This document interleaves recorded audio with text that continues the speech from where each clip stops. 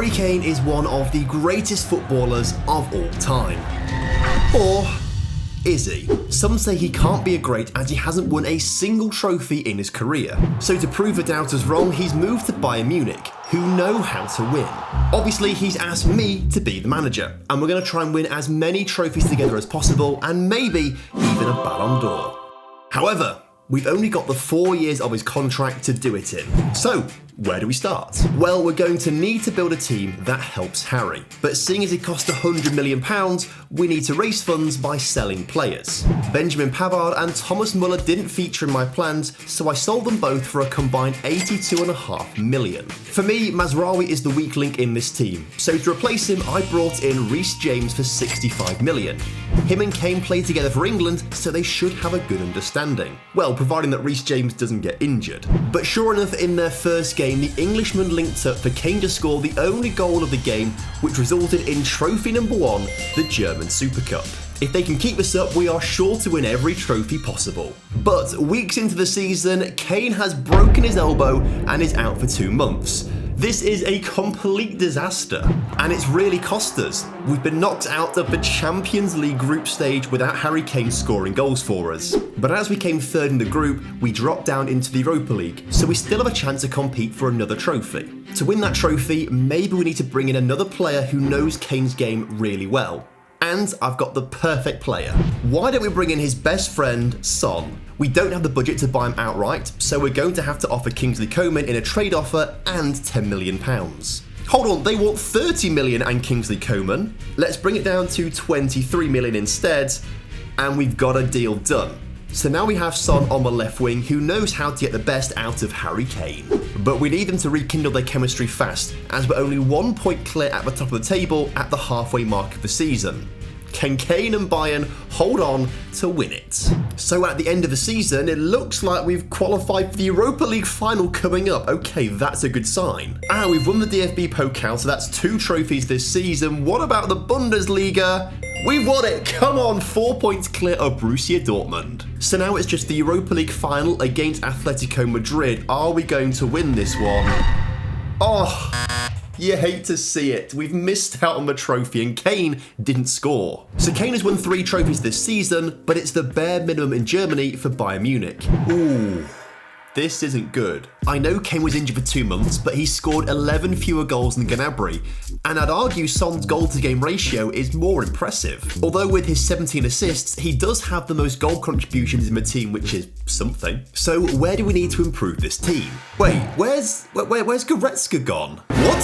Who let him move to Man City? Well, it looks like we need to buy a new centre mid. We've been given a budget of 125 million, allowing me to go for my top target of Camavinga for 57 million, who went straight into the team to replace Konrad Laimer, who then had a bid of £51 million made by Atletico Madrid. I mean, he's not essential now, so we may as well cash in.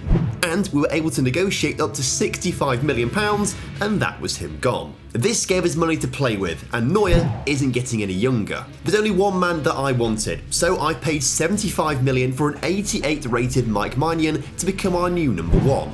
And seeing as though we've replaced Neuer, it would be rude not to cash in on him, especially when Sassuolo had bid 23 million, which we got up to 26 million. He may be a club legend, but at 37, that kind of money talks. With the team ready, we won our first trophy of the season in the Super Cup again, and Kane was ready to tear up the Bundesliga. He'd scored 22 goals in 22 games. This time we did qualify from our Champions League group, but we were only second in the Bundesliga behind Dortmund. One reason for that is that Son keeps getting injured. He's only managed 4 games so far this season. When he does play, he is great, but is he that great if he can't really play? I am thinking of selling him. However, Arsenal came in with an £80 million bid for Gnabry, who had played in the place of the injured Son, but hadn't really done much. I negotiated up to 95 million and we agreed to let him rejoin Arsenal. But given Son's injuries, we do need a backup, so for 67 million, I signed up Ansu Fati from Barcelona.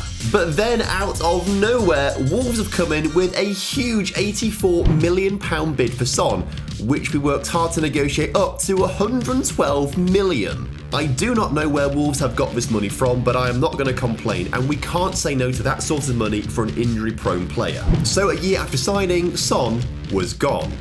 And in his place, we turn to Barcelona once again, this time bringing in Ferran Torres for 75 million. We totally changed our left wing, and yes, we'd made 65 million in profit, but would the disruption ruin our end to the season?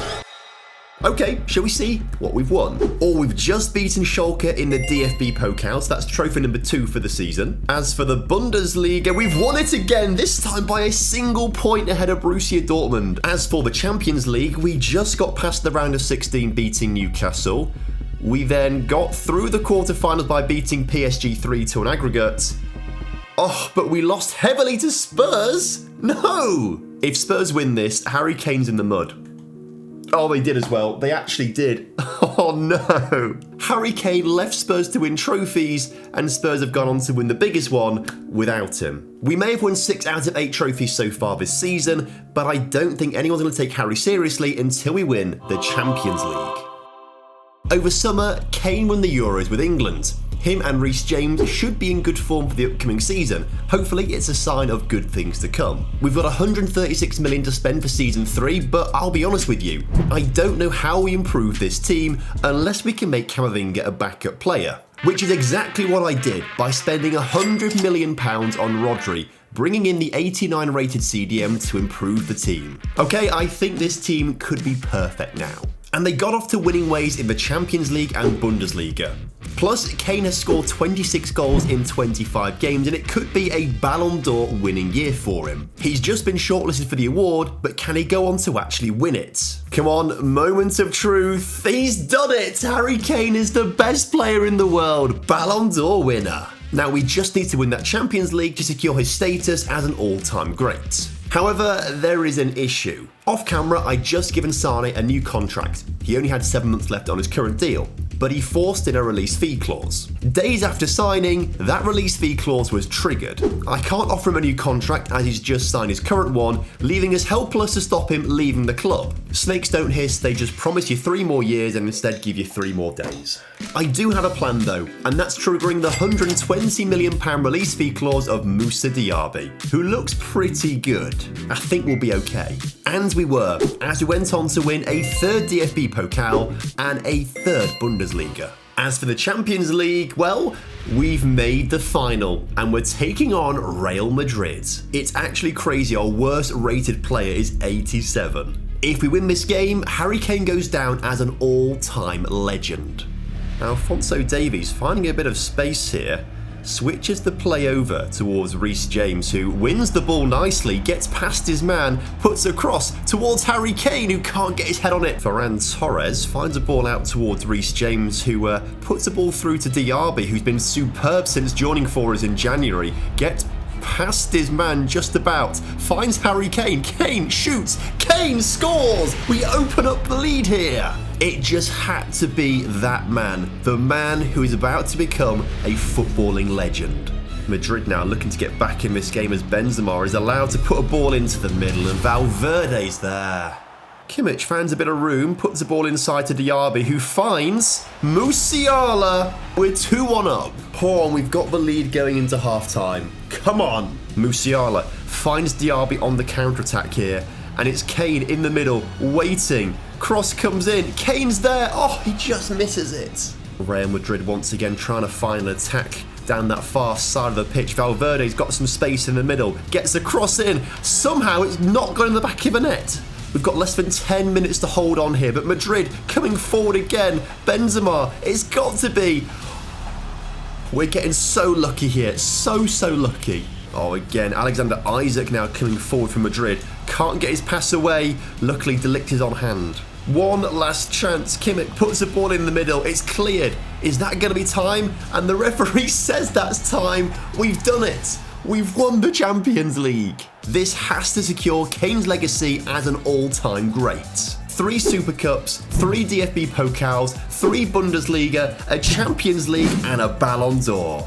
Harry Kane isn't the only one who needs saving though. Liverpool aren't looking as good as they used to, especially with Man City winning that treble last season. So I rebuilt Liverpool to try and win them the treble, but could it actually be done?